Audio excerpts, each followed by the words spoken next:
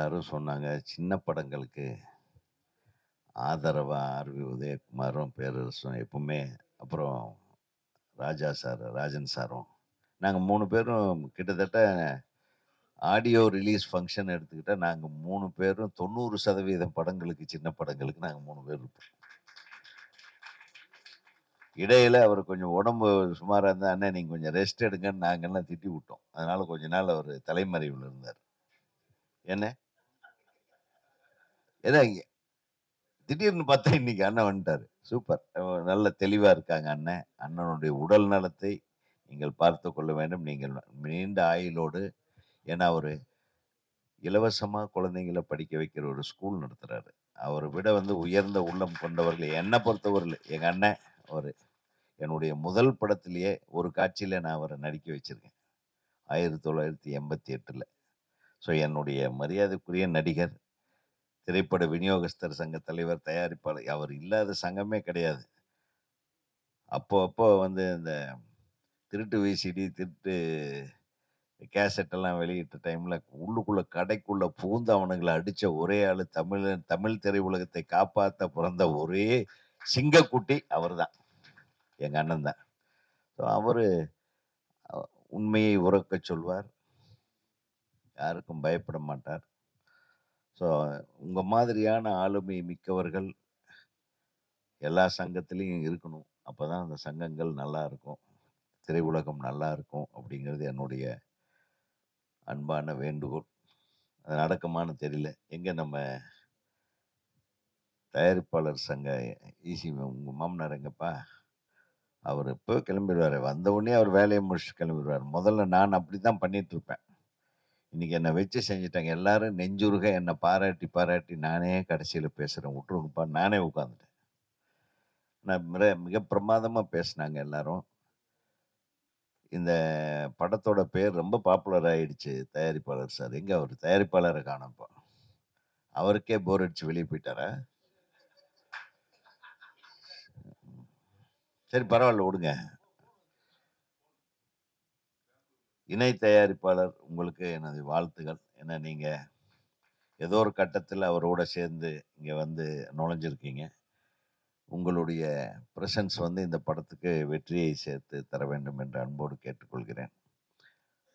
அப்புறம் நகரத்தார் ராஜா அங்க போய் கர்நாடகாவிலையும் நம்ம நகரத்தாரை விடாம அங்க வச்சு கர்நாடகா திரையுலகத்திலையும் டிஸ்ட்ரிபியூட்டரா இருந்து கலக்கிட்டு இருக்கிறாருன்னு சொன்னாங்க. ரொம்ப சந்தோஷம். உங்களுடைய முயற்சி இதான் முதல் தமிழ் படமா உங்களுக்கு? எத்தனை?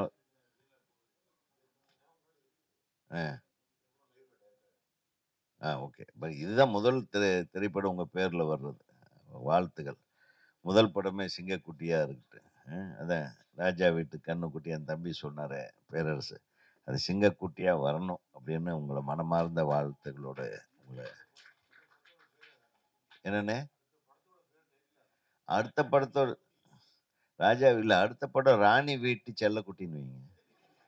அது என்ன ராஜாவையே வச்சு ராணி வேண்டாமா? கொஞ்சம் கிளுகிளுப்பா இருக்கும்ல. சரி பரவாயில்ல. நான் ஒரு டைட்டில் சொன்னேன், ராணி வீட்டு செல்லக்குட்டி.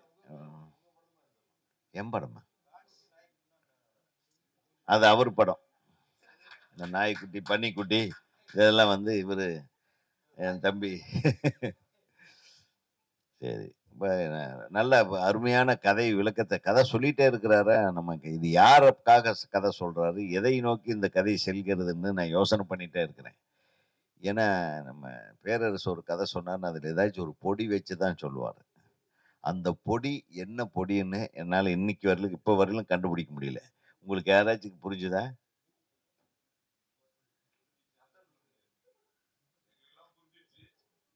சரி, புரிஞ்சா சரி. அது எனக்கு புரியல.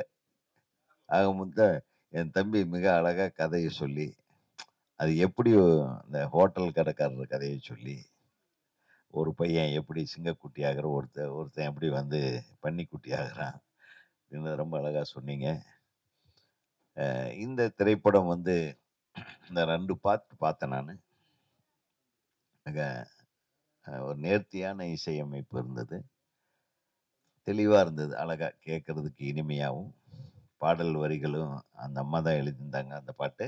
அத கங்காவா? சிவகங்கா. ரொம்ப சிறப்பா எழுதியிருந்தீங்க.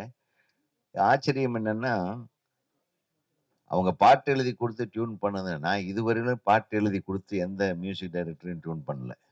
அவங்க போட்ட டியூனுக்கு தான் நாங்க எழுதுனோம். இளையராஜா கிட்ட போய் அதெல்லாம் எனக்கு ஒண்ணும் செல்லாது. நாங்க 90% என் படத்துக்கு இளையராஜா அவர்கள் தான் இசை. பட் அவரு என்ன டியூன் போடுறாரோ அதுக்கு தகுந்த மாரி எனக்கு அதே ஈஸியா தெரியும். ஆனா நீங்க பாட்டுக்கு டியூன் போட்டிருக்கீங்கன்னா, அது ஒரு பெரிய விஷயம். வாழ்த்துகள். அதுக்குன்னு ஒரு தனி திறமை வேணும். வரிகளுக்கு இசையமைப்பது, மெட்டமைப்பது என்பது அது கவிஞர்களை பொறுத்து. அந்த சந்தம் குறையாமல், சந்தம் பிறழாமல், வார்த்தை பிறழாமல், அந்த ஏகாரம், தத்தகாரம் மாறாமல் அப்படியெல்லாம் முடிச்சு ஒரு கவிதை இருந்தா தான் அதை அழகா டியூன் போட முடியும். நல்லா பண்ணியிருக்கீங்க. வாழ்த்துக்கள். இசையமைப்பாளர அவங்க அப்பாவ பாராட்ட, அவங்க அப்பா இசையமைப்பாளர பாராட்ட நல்லது. இப்பவாவது உங்க பையன பத்தி புரிஞ்சுக்கிட்டீங்க. ஓரளவுக்கு என் பேர காப்பாத்திருவான்னு சொல்லி உங்களுக்கு நம்பிக்கை வந்துருச்சுல்ல? சரி நல்லது. சந்தோஷம். இந்த படத்தோட கதை எனக்கு தெரியல.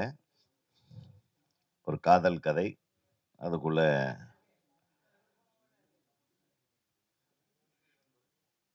சார் நான் பேசட்டுமா? இல்ல இத்துடன் என்னுடைய பேச்சை முடித்துக் கொள்கிறேன்.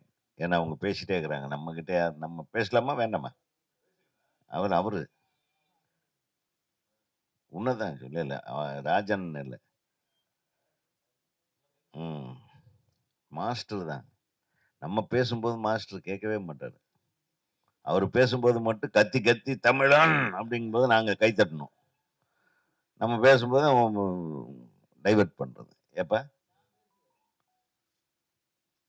உங்கள தான் கேட்டேன் நானு. இல்ல. நான் அவர சொன்னேன். நான் நெறைய பேசணும்னு நெனச்சேன். மறந்துட்டேன். அது காரணம் நீங்க தான். சும்மா கலாய்ச்சேன். படத்துல நடிகர் ஹீரோ என்ன பேரு? சிலம்பரசன். ஆதித் சிலம்பரசன். நல்லா பிரமாதமா பண்ணியிருந்தாரு. அந்த காதல் சாங்ல ஏதோ அப்படி இப்படி ஒரு ரேஞ்சுக்கு போறாரு. காதல காட்டுறதுல. நல்ல நல்ல எக்ஸ்பிரஷனு தம்பி. எனக்கு புடிச்சது இவருடைய டான்ஸ் அந்த ஐட்டம் டான்ஸ் போட்டாரு பாருங்க. அவ் ஒரு மிக தேர்ந்த கலைஞர் மாதிரி டான்ஸ் ஆடுனீங்க. ஏன்னா, முன்னாடி இருந்த ஐட்டம் அப்படி.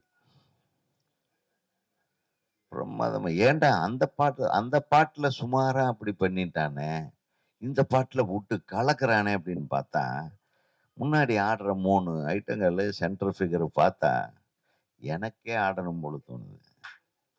அ அடி பின்றீங்களே! உங்கள ஃபுல்லாவே ஐட்டம் டான்ஸ வச்சே ஒரு கதாநாயகனா உங்கள கொண்டு வந்தோம்னா, மிகப்பெரிய பேர் வந்துரும் இவருக்கு. ஏன்னா, அவ்வளவு எல்லா பாட்ட விட அந்த பாட்டுல நல்லா ஆடியிருந்தாரா இல்லையா? கரெக்ட்டா? அ அப்புறம் அதுவும் அந்த பொண்ணு தொட்ட உடனேயே அந்த டியூன் வேற அந்த ஒரு லைன் ஸ்லோ பண்ணி அப்படியே மயங்குற மாதிரி. அப்பா! பெரிய ஜித்தனா இருப்ப போல இருக்குப்பா. உன்னுடைய கால் ஷீட் அடுத்த படத்துக்கு கிடைக்கிறது கஷ்டமாயிடும் போல் இருக்கே. இல்ல மிக சிறப்பா இருந்தது. ஆமா, ஆமா. மிக சிறப்பா இருந்தது. அவ ஹீரோயினும் ரொம்ப அழகா பாந்தமா, அந்த ஹீரோயின பத்தி ரொம்ப நேரம் பேசிட்டாரு நம்ம இளவ பேரரசு. ஏன்னா, அவரு நம்ம நம்ம எதுவும் பேசிறக்கூடாதுன்றதுல தெளிவா அவன் இருப்பான். ஏன்னா, சார் ஹீரோயின பத்தி பேசிட்டு அப்புறம் நம்மனால பேச முடியாது. அப்படின்னு அத பத்தி மட்டுமே ஒரு 15 நிமிஷம் பேசிட்டு இருந்தாரு. ரொம்ப சிறப்பா ரசிச்சிருக்காரு. அது எப்படி முழு படம் பார்க்காம, கொஞ்சம் பார்த்தே இந்த அளவுக்கு நீ பேசுறியேன்னு எனக்கு ஆச்சரியமா இருக்கு தம்பி. நீ பயங்கரமா முற்றும் உணர்ந்தவன். முற்றும் தெளிந்தவன். ஆனா உண்மையாவே அந்த பாப்பா நல்லா தான் நடிச்சிருந்தாங்க. நல்ல புதுமுகங்கள்னாலும் நிறைவான புதுமுகங்கள். புதுமுகங்களாக தெரியாத அளவுக்கு ஒரு நிறைவான முகங்களாக அவங்க 2 பேருடைய பெர்ஃபார்மன்ஸ் இருந்தது. அது மட்டுமல்ல, இயக்குனர் யாருன்னு கேட்டேன். அவரு வரலன்னாங்க. வெளிநாட்டுல இருக்கிறாங்கன்னு சொல்ட்டாங்க. ராஜீவ். வெளிநாட்டுலயா இருக்காரு? எந்த ஊர் அவரு? ஏய் உனக்கே தெரியாதா? திருநெல்வேலி இப்ப வெளிநாட்டுக்கு போயிருக்காரா? Okay, okay. ராஜீவ் வந்து மிக சிறப்பா பண்ணியிருக்காரு. ஒளிப்பதிவாளர் சொல்ல வேண்டியதில்ல. அழகா ஒவ்வொரு காட்சியையும் நல்லா நிறைவா பண்ணியிருக்காரு. ஒரு ஒரு நேர்த்தி இருந்தது. அதாவது ஃபோட்டோகிராஃபிக்ல லைட்டிங் கூட கொஞ்சம் முன்பின்ன இருந்தாலும், அத கரெக்ட்டா அழகா டியூன் பண்ணி, போயிட்டு கரெக்ட்டா டிஐல கரெக்ட் பண்ணி அழகா ஒரு டோன் ஈவன் டோனா இருந்தது. ரொம்ப சந்தோஷமா இருந்தது. எங்க தம்பி, நீ முன்னாடி இருக்க வேண்டிய ஆளு. பின்னாடி இருக்கக்கூடாது. அப்புறம் ஹீரோயினுக்கு நெறைய ரொம்ப ஷாட் எல்லாம் க்ளோஸ் அப்ல எல்லாம் வச்சது அத சொன்னாரு. அதெல்லாம் உண்மையா பொய்யான்னு தெரியல. எனக்கு கொஞ்சம் பொறாமையா இருந்தது. அவரு சொன்னாரு நான் ஏதோ ஹீரோயினுங்களுக்கு நாங்களே போய் ஹீரோயினுக்குன்னா நான் அடிச்சு விடுவேன். அந்த டைம்ல எல்லாம் கொஞ்சம் சிக்கல். எனக்கு கோவம் வந்ததுன்னா கொஞ்சம் கண்ட்ரோல் பண்ண முடியாது. அந்த கோவத்தெல்லாம் இப்பல்லாம் ஒதுக்கி வச்சுட்டேன். இந்த சங்கத்துக்கு வந்ததுலேருந்து எல்லா உணர்ச்சிகளும் செத்து போச்சு. அப்பல்லாம் ரொம்ப கோவக்காரன் தம்பி. ஒரு ஷாட் நம்ம சொல்லி சரியா செய்யலன்னா, அடுத்தது கத்து. 3வது டேக்கு சரியா வரலன்னா அடிதான். அப்படியெல்லாம் இருந்தது. அப்பல்லாம் அதுக்கு தேவைப்பட்டது. அவங்களும் அத அத அத அத ஐய்யயோ! சார்கிட்ட போனா கரெக்ட்டா நடிக்கணும். அடுத்த நாள். அ நீங்க சொல்ற மாதிரி கேமராமேன் போய் கொஞ்சுற மாதிரிலாம் நான் கொஞ்சுனதே கிடையாது தம்பி. அ அதெல்லாம் உங்கூட வச்சுக்கோ. அடுத்தவங்ககிட்டலாம் அங்க பேசி ஏன்னா ஏன்னா இவரு வந்து அவ்வளவு அழகா காட்டுவாரு. இப்ப ஒரு ஹீரோயினே முழுசா அழகா, அதாவது எந்த அளவுக்கு ட்ரெஸ்ஸ குறைக்க முடியுமோ குறைச்சு, அவங்களுடைய அழக முழுவதுமாக ரசிக்கக்கூடிய அளவுக்கு படம் எடுக்கக்கூடியவர் என் தம்பி. அ நீங்க பாருங்களேன். நீங்க சிவகாசி பார்த்துருக்கீங்களா? அதுல எப்படி சீன்ஸு? அ அது மட்டும் இல்ல. அந்த அவங்க இந்த இந்த ஹீரோயின் பேரு என்ன? அசின் இல்ல. இன்னொரு இல்லம்மா. நயன்தாரா. அத வச்சு என்ன குடுத்து வச்ச ஆளுயா. நாங்கெல்லாம் எடுத்த படமெல்லாம் எப்படி எடுத்தோம்? ஃபுல்லா சேலைய கட்டிட்டு, ஃபுல்லா போத்தி வச்சு தான் எல்லா ஹீரோயினும் என் படத்துல இருப்பாங்க. என்ன இவரு அப்படியா படுத்தாரு? ம். பேசுறான் பாரு பேச்சு. அ அதுல ஏதோ ஒரு நாள் தவறி பம்பரம் விட்டோம். அதையே இன்னைக்கும் பேசிட்டு இருக்காங்க. அதெல்லாம் கவித்துவமா எடுத்துக்க வேண்டிய விஷயங்கள் இருக்கு.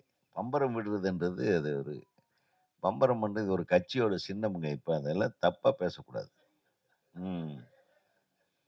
பம்பரம் வந்து நம்ம எந்த டைம்ல விட்டோமோ தெரியல. அதுக்கப்புறம் ஒரு கட்சிக்கே சின்னமாயிடுச்சு இல்லையா? கை தட்ட வேண்டாமா அதுக்கு? நம்ம விட்ட பம்பரத்தையே ஒரு கட்சிக்கு சின்னமா அறிவிச்சிருக்காங்க. நீங்க என்ன? நீங்க இப்ப என்ன பண்ணுவீங்க? உங்களுது என்ன சின்னம் இருக்கு? அ, அ. ராஜன் சரியா சொல்றாரு. பம்பரம் விட்ட இடம் அந்த மாதிரி. எனக்கு முன்னாடியே பம்பரத்த வந்து விட்ட ஒரு டைரக்டர் இருக்காரு. யாராச்சும் தெரியுமா? ராகவேந்திராவுல அதுக்கு அடுத்தது தான். அது மறைந்த இயக்குனர் சிகரம் பாலச்சந்தர் அவர்கள். அவர் தான் முதல்ல பம்பரம் விட்டாரு. நான் கொஞ்சம் கீழ விட்டேன். அவ்வளோதான். அப்புறம் ஆம்லெட் போட்டாங்க. திராட்சை, தேனு. நீங்க சொன்னீங்கல்ல ராகவேந்தர். திராட்சை பழம், தேனு, ஆப்பிளு அது எல்லாம் ஃப்ரூட் சாலட் எல்லாம் பண்ணாங்க. இறுதியா ஆம்லெட் போட்டாங்க.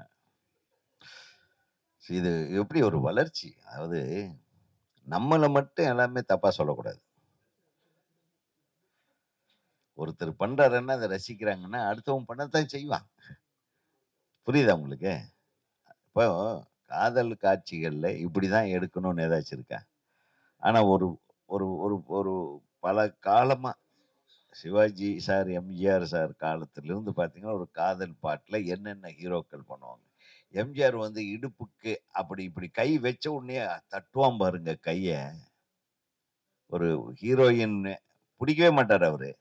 கடைசியில அப்படி புடிப்பாரு. அந்த இடுப்புக்கு கொஞ்சம் மேல, வயித்துக்கு கொஞ்சம் மேல, செஸ்ட்‌டுக்கு கொஞ்சம் கீழ. அந்த கை அப்படி அப்படி வச்ச உடனே அடிப்பான் விசிலு. நாங்களும் சேர்ந்தான் அந்த காலத்துல. இல்லையா? அது எதனால வருதுன்னா, படம் ஃபுல்லா எதுவுமே செய்ய மாட்டாரு. ஏதோ ஒரு இடத்துல பண்ணும்போது அப்படி. இப்ப படம் ஃபுல்லா ஆரம்பத்துல இருந்தே அத பண்ண ஆரம்பிச்சதுனால எவனும் கை தட்ட மாட்றான். அதனால அழகியல்ங்கிறது அதுதான்.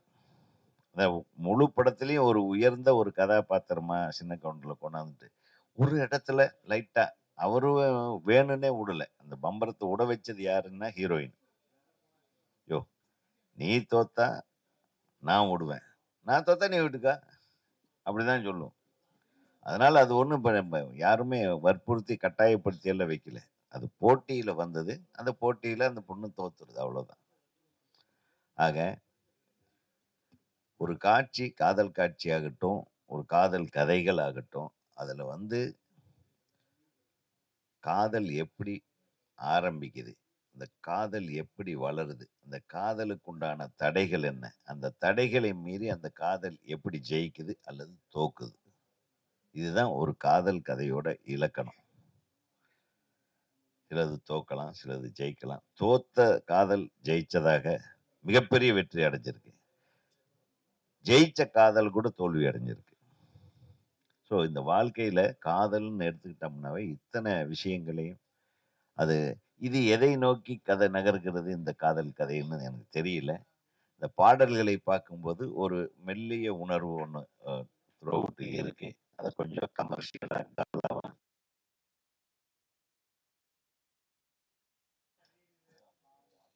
எத்தனை படம் நடிக்கிறப்பா? ஃபர்ஸ்ட் படத்திலேயே இந்த கலக்கலை இருக்காரு பாருங்க. எனக்கு அந்த ஐட்டம் சாங்க மறக்கவே ஏன் அவங்களையெல்லாம் ஏன் கூப்பிடல? வந்ததுலேருந்து அவர் அதான் கேட்டுட்டு இருந்தாரு. சார் ஏன் சார் அந்த மத்தவங்க எல்லாம் வரலையா அப்படின்னாரு. யாரு? பேரரசு சாரு. சரி அது யாருன்னு கேட்டேன். அப்புறம் பாட்டு போகும்போது தான் தெரிஞ்சுது. ஸோ இந்த நடிகைகள்லாம் வரல போல இருக்கு அப்படின்னு. அவங்கெல்லாம் வரலையா? ஏங்க? ஹீரோவுக்கு பயந்து வேண்டான்ட்டீங்களா? ஆக ஒரு நல்ல நல்ல உணர்வோடு, ஒரு நல்ல படைப்பாக இந்த சின்ன படமாக இருந்தாலும், இந்த படம் மிகப்பெரிய வெற்றி படமாக மாற வேண்டும்.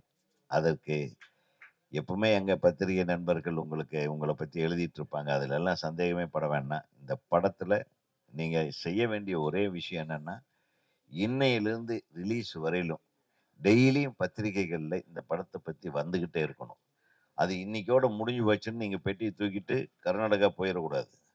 என்ன பண்ணணும், நாளையிலிருந்து டெய்லி ஒரு 5, 5 பத்திரிகையாளர்களை கூப்பிட்டு, அவங்களுக்கு இந்த ஸ்டில்ஸ் எல்லாம் குடுத்து, இது பண்ணி, இந்த மாதிரி நியூஸ் போடுங்க அப்படின்னு ஒவ்வொருத்தரையும் என்ன பிஆர்ஓ சார், இவர வச்சுக்கிட்டு கரெக்ட்டா இன்னையிலிருந்து ஒரு 10 எப்ப ரிலீஸோ அது வரையிலும் வார வாரம் இந்த படத்த பத்தி நியூஸ் வந்தா தான், இந்த மாதிரி ஒரு படம் வரப்போகுதுன்னு தெரியும் என்பதை உங்களுக்கு அன்போடு தெரிவித்துக் கொண்டு, அதை வெற்றி படமாக்குவது நம் கையில் இல்லை. இது எந்த அளவுக்கு வியாபாரப்படுத்துதல்ல ஒரு வெற்றி இருக்கு. அது போய் ரீச் ஆகி நம்ம மிகப்பெரிய வெற்றி அடைக்கிறதுக்கு உள்ளுக்குள்ள இருக்கிற கன்டென்ட் தான் காரணமா இருக்கும்.